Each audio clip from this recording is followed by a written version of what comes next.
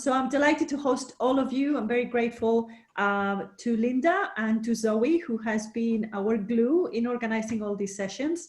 I was going to tell you this message at the end, but since I have the microphone, I'll make the opportunity to say that we are currently discussing the shaping of a wrap-up webinar in September.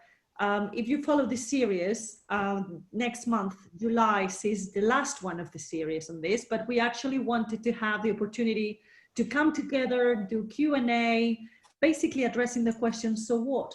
We've done this for over 5 months, what comes next? So I'm talking to Zoe and others that have been involved, and we'll let you know via the website what comes next. So with this, I pass you over to Linda, and I stay in the background now. Thanks, Linda. Thank you very much. Hello, everyone. Can you all hear me okay? Great, lovely. What I'd like to suggest is when we come to some, I've got some slides, is when we do the slides, you can choose how you view the slides and me on the screen. And if you go to the top of your screen, you'll see at the top of the black box in the middle, you should see view options. And if you choose to, you can just see me side by side with the slide, or you can see the whole group. But when you do, you won't see the whole group because there's a lot of us, so you'll just see us down one side. But it might be quite nice if you just want to focus on the slides and me. Not that you have to focus on me, but it might be a better experience for you. So there's a view options at the top there. So thank you very much, and thank you very much, Zoe, for organising all of this, Natalia and Sarah for putting this together as well. And I'm really pleased to be here today. It sounds odd to say that you're pleased to be here when you're talking about something that's as serious as climate and ecological crisis, but I am grateful for your attention and time here.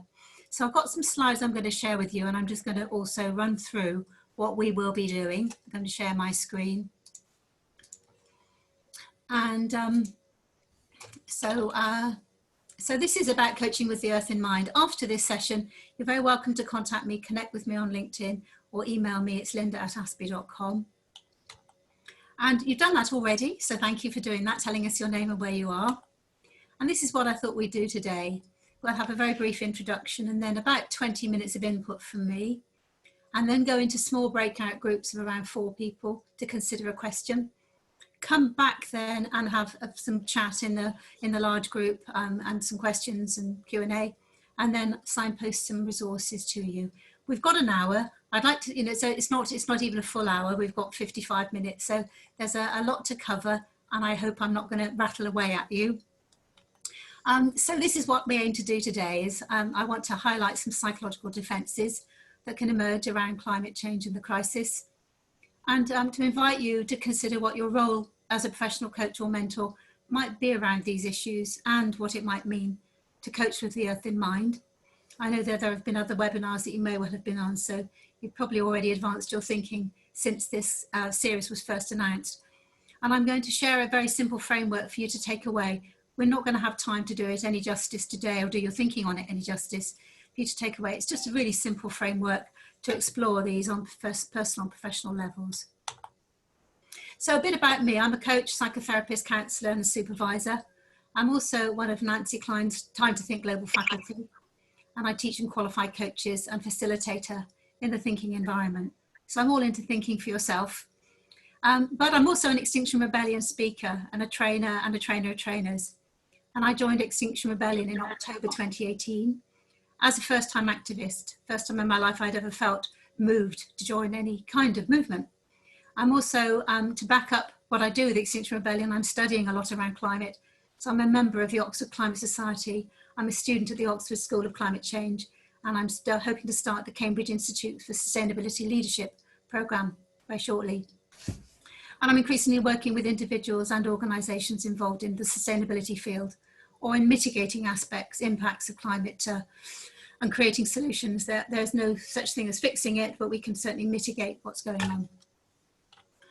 So together with Zoë and Alison Whybrow, we wrote a letter last year to the coaching profession, really, saying we need to make an appropriate response to what's happening in our world.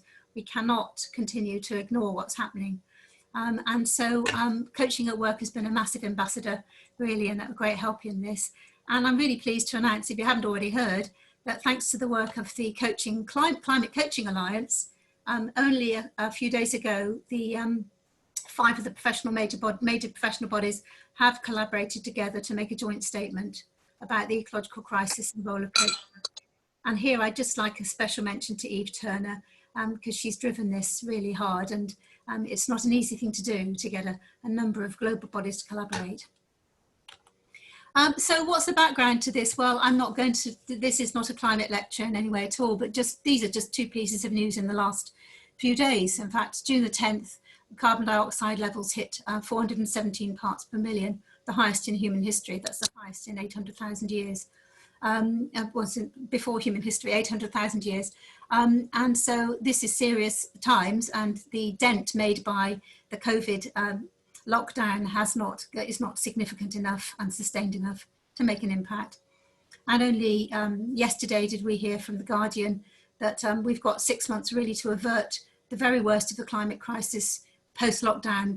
So if we're not going to rebound into what life was like before, we've really got 6 months to really push the efforts forward.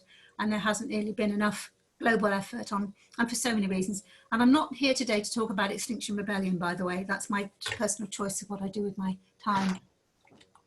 So I'm just wondering for you, have you encountered challenging issues related to climate and ecological crisis in your supervisional practice? And if so, have you known how to handle them? And if no, what might that mean if you haven't come across these issues when they're around us all the time, every day? Have you been feeling anxious yourself about it? And have you experienced feelings like guilt, shame, anger, and even indifference to climate change? We all experience all of these things at different times, and there's no prescription or way to be, in a prescribed way to be. And have you taken action that's given you a positive feeling of a way forward? And finally, have you felt just not able to engage with it at all? I've had several coaching sessions in the last few weeks with people who've not mentioned anything at all about it. I've had several meetings with groups and leaders, and it's not featuring in their dialogue or in their thinking at all. So what we are, though, experiencing right now is a profound psychological threat, because it's a threat on many levels. It's a threat of an existential threat to the survival of humankind and also all the animal life on this world. It's a threat to the integrity and stability of our own self-identity, who we are, what our plans are, a threat to self-esteem, our life plans, and our internalized expectations of the future, and of course for those that we care about. And we are reminded of the fact of our eventual death, and that the morality of our behaviour is challenged in some way. A lot of what I'm going to talk about comes from the Climate Psychology Alliance, which has been pioneering for many years now in the field of understanding the psychological issues around climate. So this leads me really to think about psychological defences. As some of you, and maybe all of you will know, they're called defence mechanisms, and they were first mooted as an idea, philosophy by Freud, whose daughter then took it. Anna Freud went on to identify many, many more. They saw them, and they are still seen in some schools of thought, as mental processes that enable our minds to reach a compromise solution to conflicts that it's unable to resolve. And the compromise generally involves concealing from oneself internal drives or feelings that threaten to lower our self-esteem or provoke anxiety. And they're unconscious, but once they're into awareness, they can be managed. And most of the problems that we have in life is when we're not dealing with our psychological defences, we're not fessing up to what's going on. And that's because they're uncomfortable feelings. And now Freud and Anna Freud and followers from then named over 40 psychological defences and mechanisms, and they're classed as mature and immature. And they have a real role to play in keeping us safe from the vagaries and the difficulties of life. You could think of them really like shock absorbers, and that's how we use them. So they're completely normal functioning. There's nothing wrong with psychological defences. And some people also use the term coping strategies in line with psychological defences. Some see them as very different, but they are a form of coping strategy. In reality, actually, threat responses often involve both unconscious processes and conscious processes to keep us safe, move us away, and avoid. And I'm not going to go through the whole load of psychological defences, but just to put some names up that can be a bit overwhelming when you see all these names from psychoanalytical theory. So regression, displacement, all these kind of things, well, they don't really mean much to everyday folk. And we do actually use some of this language in everyday language without realizing that they come from Freud, a little bit like a lot of our language comes from Shakespeare without us realizing it. But one of them that's foremost really in this field of psychological awareness or lack of awareness around climate crisis is denial. What I'll do is actually share with you some psychological defences that were simplified, and I think they've just been made very accessible by a Norwegian psychologist, climate psychologist called Per Espen Stoknes, and he's got a fantastic TED talk, and I put a link in that at the end. And he talks about these 5 defences that we use when in relation to climate change. The first one he mentions is distance. It's easier to see something as distant when it is distant. It's not here, it's happening on another continent. It's not this year, it's next century. It's outside my circle of influence. There's nothing I can do. It's too far away. It's not that real to me because of its distance. Secondly, he calls it a defence. I wouldn't actually label this myself as a defence doom, but I think it's a response to a defence. But he thinks about, looming disasters make us fearful. We can get used to them as well, and we can get apocalypse fatigue. Another headline that says this is happening, another piece of news, another call to arms, another demonstration. And so that can just make us feel fearful, so we want to avoid it.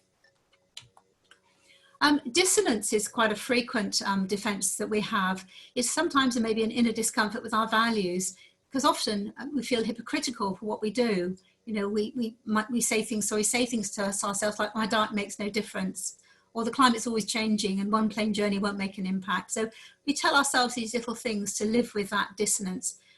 You as coaches will know all about dissonance, I'm sure. And denial. This is a really strong drive to keep us safe.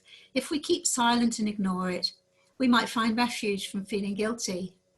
And it's kind of like, I might be aware, but I live like I don't know. And I'm choosing not to engage with it because it's just too big and too overwhelming. And something that has been studied quite a lot in the States around identity is when our relationship with the environment is tied up with our identity, that we think that something's going to be taken away from us that's part of our identity.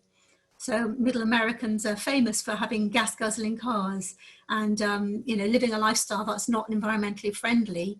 And these are some of the findings from the researchers that they distance themselves by saying, this isn't like me. They don't understand me. They don't know that I care about my family, and I don't want to be told by the government what to do because I'm not a puppet. So this kind of identity can start to override the facts. And I think in society and in ourselves, we can see all of these when it comes to something as huge as the psychological threats that's posed by climate. That's both in ourselves and in our clients, in our friends and our family. So it's no wonder we're finding it difficult to grapple with what's happening in the world. So some questions for you to think about as professionals, as coaches, as mentors, as individuals, never mind professionals. Might we need to face more into our own defences? And if so, what would that entail? And if yes, how would we do that? And if not, why not? For me, I faced into my own defences around it when I realised, I just heard a statistic that for some reason on that particular day, the statistic made me stop and cry. And as a result of that statistic, which was that 84% of butterflies have disappeared from Holland in the last 130 years, I've never been to Holland and I didn't have a particular relationship with butterflies, but for some reason that statistic grabbed me around the throat. And for me then, I faced into my defences by joining Extinction Rebellion. Other people will face into their own defences in different ways. So if yes, might we need to do that as professionals? And how do we do that? And secondly then, might we need to encourage our clients to consider this earth and the environment as a stakeholder in their system? And what would that entail? Because every organisation that we deal with relies on the one thing we all have in common, which is the planet Earth that sustains every living thing that's on it. It sustains all their employees. It sustains the food we eat, the air we breathe. We are all the environment. The environment is here, it's in me, it's outside of me. So our clients and their organizations, their plans, their families, their future plans, their supply chains, this is all crucial. So as Alison Whybrow has written so brilliantly, you know, if you were walking along with a client and they were about to walk into the road in front of a lorry, would you stop them? Well, you might. But what if they know that there is a problem, but they're choosing not to face into it? How do we deal with that as professionals? How do we be useful in helping people to challenge themselves, to build safer lives, to survive these kinds of crises? And if we do that, how do we encourage them? If we do that, how? And if not, why would we not do that? So these are just some questions, and there are no straightforward answers. I've been grappling with this now for the last couple of years, as I know many others have. And Zoe and Alison have been terrific, really, in helping me to come to terms with and begin to speak out, really. I wouldn't have been doing this on my own. So I'm now going to invite you into breakout rooms. And this is the question I'm going to ask you to think about, which is, given the clients or our own defences that may be at play, could or should we coach with the earth in mind? And by that, I simply mean, should the earth be a stakeholder, just as any other stakeholder, in the room or outside of the room? In other words, as professional change agents, because that's what we are, we're professional change agents, what is our potential role in this climate and ecological crisis? And so I'm going to suggest you go into groups of 4 for 20 minutes. And we will then, I'm going to invite one of you in that group to come back and feed back 1 or 2 key points. We've got 10 minutes afterwards for that. So I'm going to now invite Sarah to move you into breakout rooms, unless, Sarah, you need me to do that now because I'm home.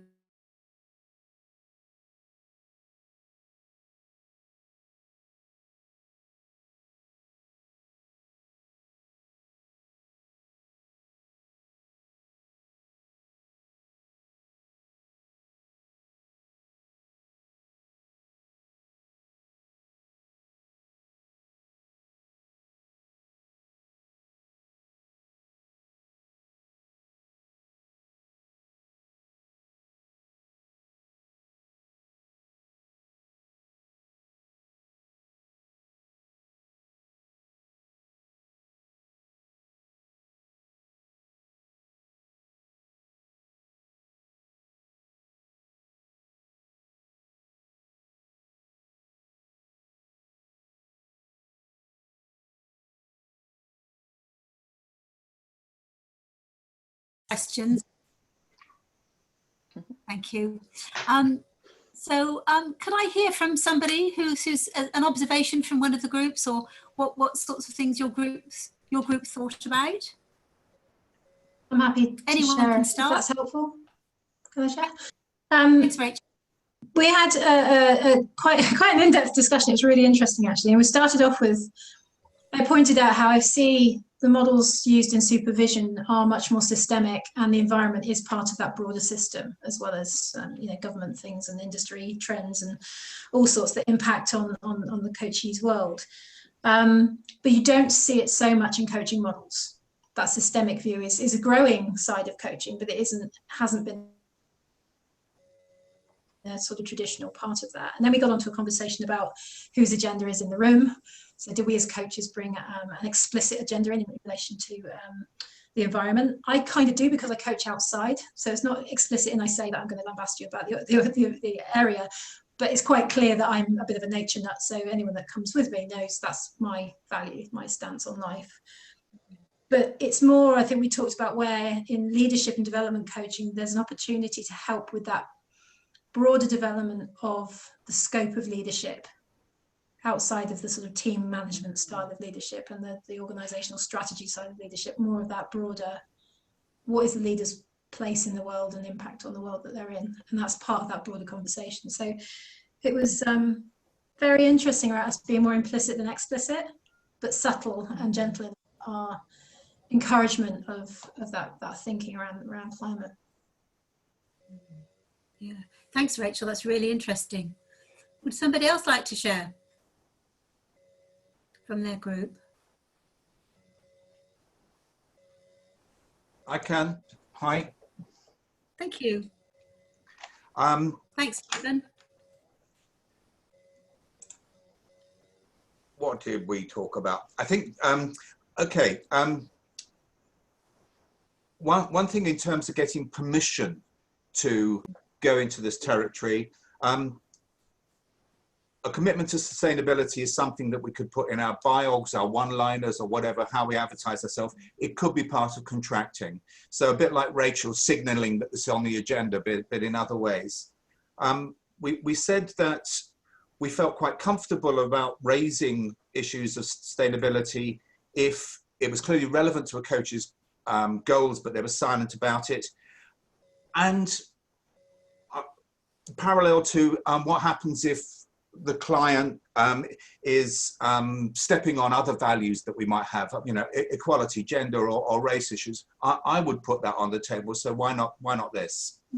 And similarly, if they were committed to it, but their behaviour was at odds with that, then we would call that out. So various sort of quite practical ways in which we get in, as it were, and reconcile that with a non-directive approach. And one thing which certainly with working with leaders and thinking about what their responsibilities are, I drew a parallel with some work where I'd done where a company did some work around dignity and respect, and they had three motivations. One was legal, one was moral, and the third was it made good business sense. And so thinking about what that implies in terms of how we explore this with leaders, if they're about sustaining their business and delivering for their various stakeholders, well, maybe one of those ways in, or more than one, could offer a way of putting it on their agenda and helping them think about it. Yeah. That's really fascinating. Thanks, Stephen. Anyone else like to speak for their group?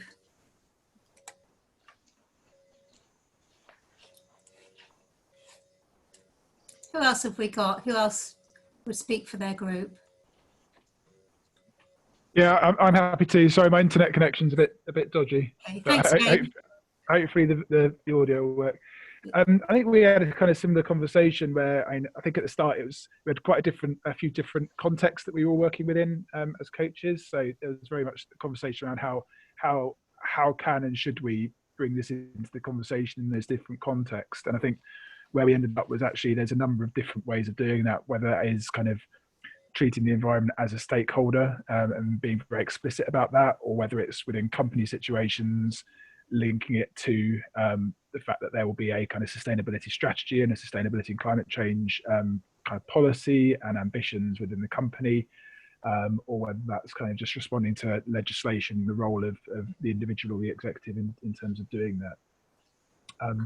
And then again, in terms of kind of how we thought there was certainly the ability to bring it in explicitly, but then there was also lines of questioning we could follow in terms of encouraging the client to look at kind of what's outside of their immediate line of sight, but very relevant within their system. So whether that is talking about it again explicitly or looking at it in the context of risk and resilience, whether that's in terms of supply chains or the way kind of public sentiment is going.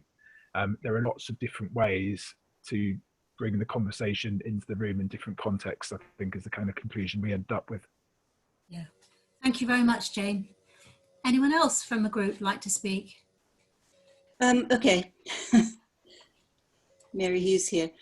Just very quickly, I mean, it's easy to start repeating points, isn't it, with these things, but one of the things we did talk about was the actual simple fact of taking clients outside, actually using the world we live in, not as a metaphor, but bringing people back face to face with it. So if clients are stuck with a business problem, maybe getting them to relate to things out there like trees, like walls, like the reality of breathing the air and what that actually means and how that feeds back in, get them to experience it. And then think through that in a very whole mind way, in Dan Siegel's sort of idea of the whole mind. So it becomes part of the sensation of thinking through your problem. And I do that quite a lot. It gets people away from the boardroom, and apart from anything else, makes the boardroom seem so ridiculous, and the problem seems so ridiculous in the face of what's actually going on out there. And the distraction of actually understanding that somebody can hear a blackbird song, which they didn't before recognize a blackbird song, can give them a sense of achievement when you want to give a client a sense of achievement. So it's that sense of realizing that we are not the greatest thing on this earth, and it is not there as our plunder, but just putting ourselves in it again by demonstration. Yes, thank you, Mary. Lovely, lovely words. Anyone else? So there's a couple of things that our group talked about that haven't been raised. One was the idea that if concern for the planet is it within our own system, then in working with our clients, we're bringing that with us. So, you know, making that clear in the conversations that we have with our clients, what are the things that we're concerned about that we may want to bring into the coaching, so that's signalled right from the get-go. And then the other one was a member of our group is in a very different place in that they're really seeing the imminent sort of threats and dangers, and you know, that then meaning it's very difficult to work with any client that's not in that same space as well, and really wanting to kind of get in there and start working with those things. And that's a very different perspective to perhaps other of us in the group had, who were struggling a lot more with that idea as a coach, whose agenda are we working with? Thank you. And one final comment from anyone? Any more feedback? Yeah, Graham Foley here.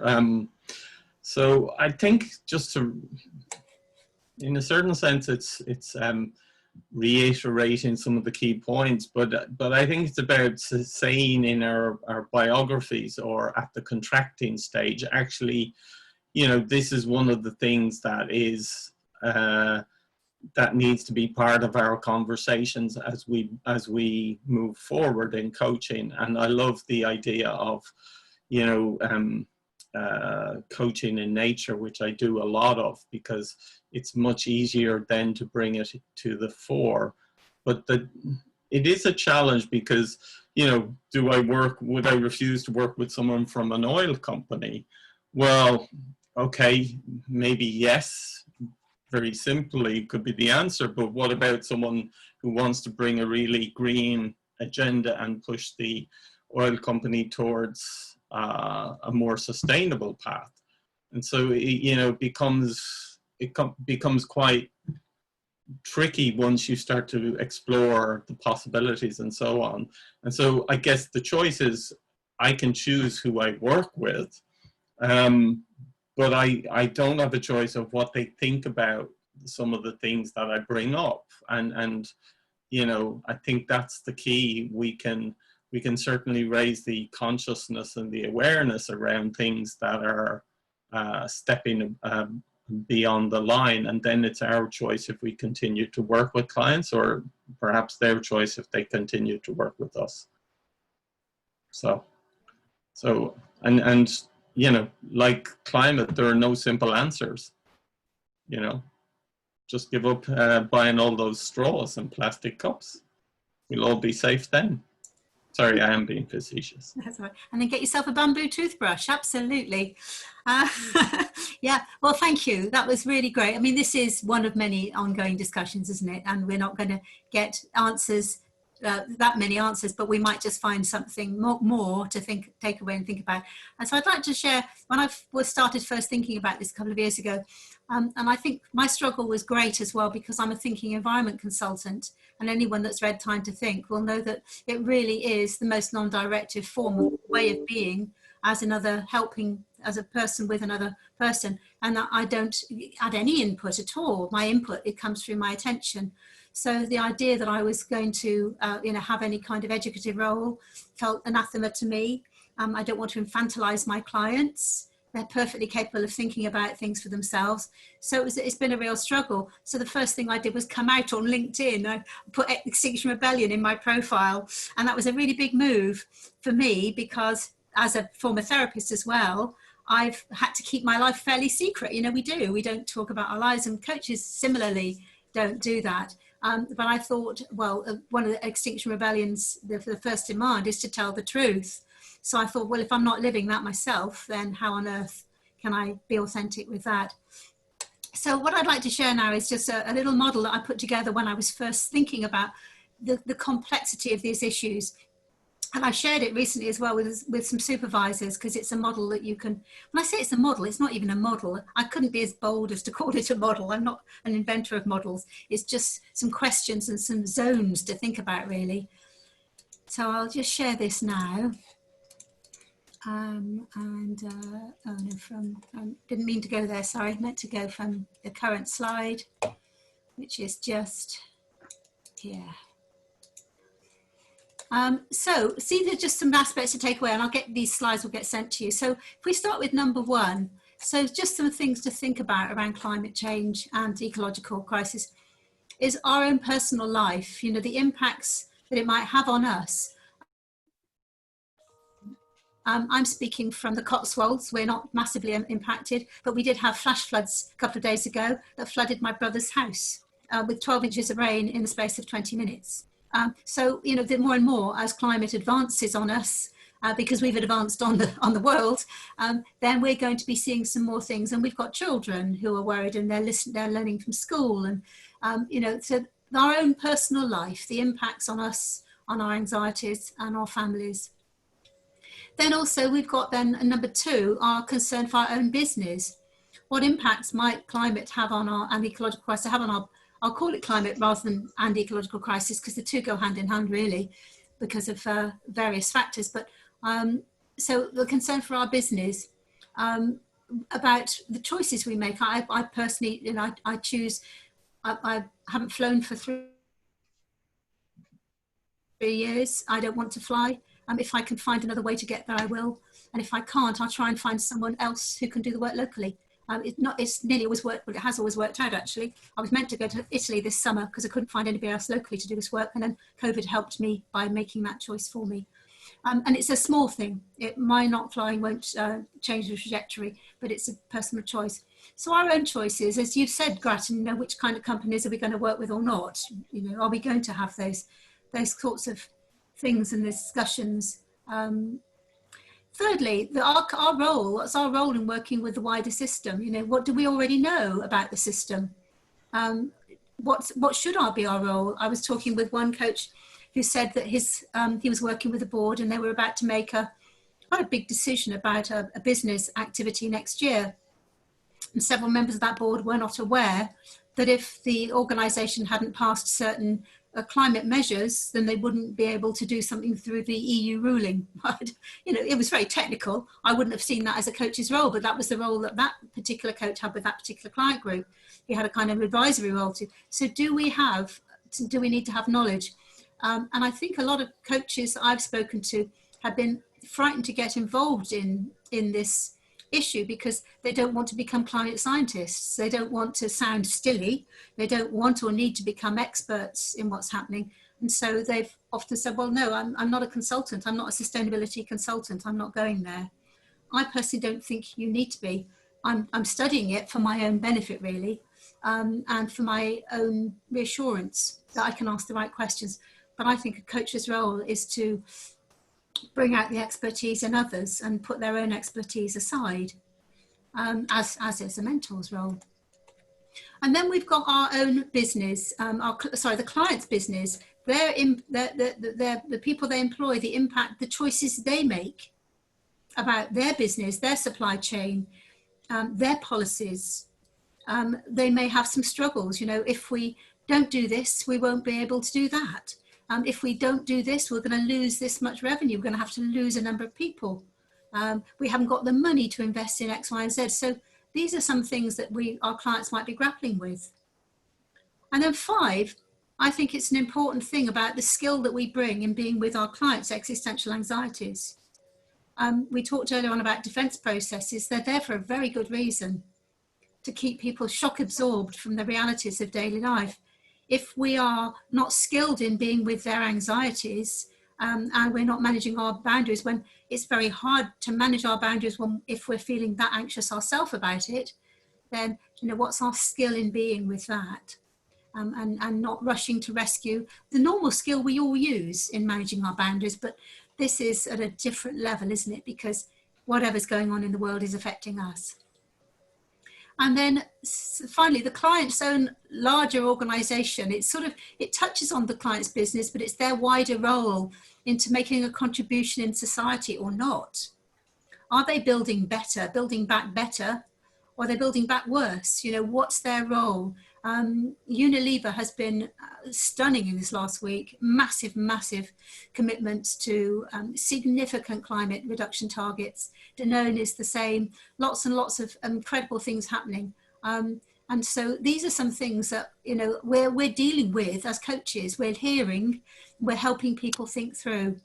So these just might be useful. As I said, it's not a model, but it's just a way of maybe having conversations either in your own coaching groups or in your own supervision, or even with clients. You know, these are some things we're looking at the moment. You might, clearly there might be some conversations around how you're going to be with them. But all of this for me needs to be wrapped up in a contract. I think a contract with ourselves, a contract with the work, a contract with, this is how we bring who we are. And if we're coaching in a particular way that says, I don't ever intervene. You know, if I'm offering a thinking session to somebody, this is not the kind of thing I'm going to be doing with them. But if I'm doing something else with them, then that's what I would be doing. Because if they contract with me for a time to think session, they're not expecting any input from me apart from my attention. So I'd be breaking that contract of what they thought they bought.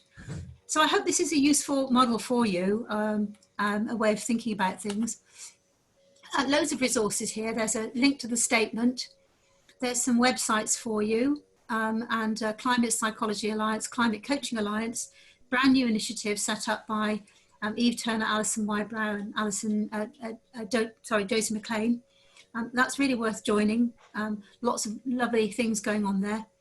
Various articles we've written, and at the bottom, a really fantastic video from Zoë Cohen about carbon conscious coaching. Sorry, and I didn't mean to stop that there. Carbon conscious coaching, and also then the video from Per Espen Stoknes, which is great, this TED talk about these 5 defenses, as he calls them.